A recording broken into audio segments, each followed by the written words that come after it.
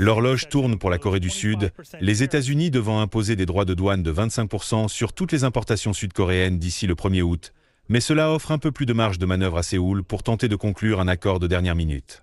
La décision du président Trump vise directement ce qu'il appelle un excédent commercial injuste de 55 milliards de dollars que Séoul a enregistré avec les États-Unis l'année dernière, alimenté principalement par les secteurs de l'automobile et de l'électronique. À l'heure actuelle, les responsables sud-coréens sont en pleine effervescence. Le ministre du Commerce et le conseiller à la sécurité nationale sont à Washington où ils rencontrent des responsables américains pour tenter de trouver un accord.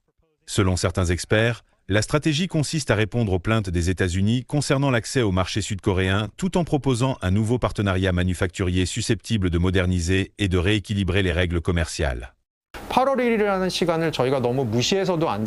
La Corée du Sud ne doit pas ignorer complètement l'échéance du 1er août, mais elle doit aussi se départir de l'idée que tout doit être réglé avant cette date. Idéalement, la Corée devrait être aussi proactive que possible dans les négociations avec les États-Unis, mais il est particulièrement important de gérer soigneusement les concessions qu'elle peut offrir et celles qu'elle ne peut absolument pas offrir.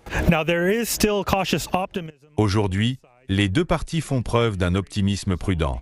Le ministère sud-coréen de l'Industrie a répondu à la lettre du président Trump en la qualifiant essentiellement de prolongation de la période de grâce pour la mise en œuvre des droits de douane réciproques et d'occasion d'intensifier les négociations en cours. Le président Trump a laissé entendre que la date limite du 1er août était ferme, mais pas à 100%. Cela pourrait permettre de gagner quelques précieuses semaines pour parvenir à un compromis et éviter d'augmenter les droits de douane, qui sont actuellement proches de zéro dans le cadre d'un accord de libre-échange bilatéral.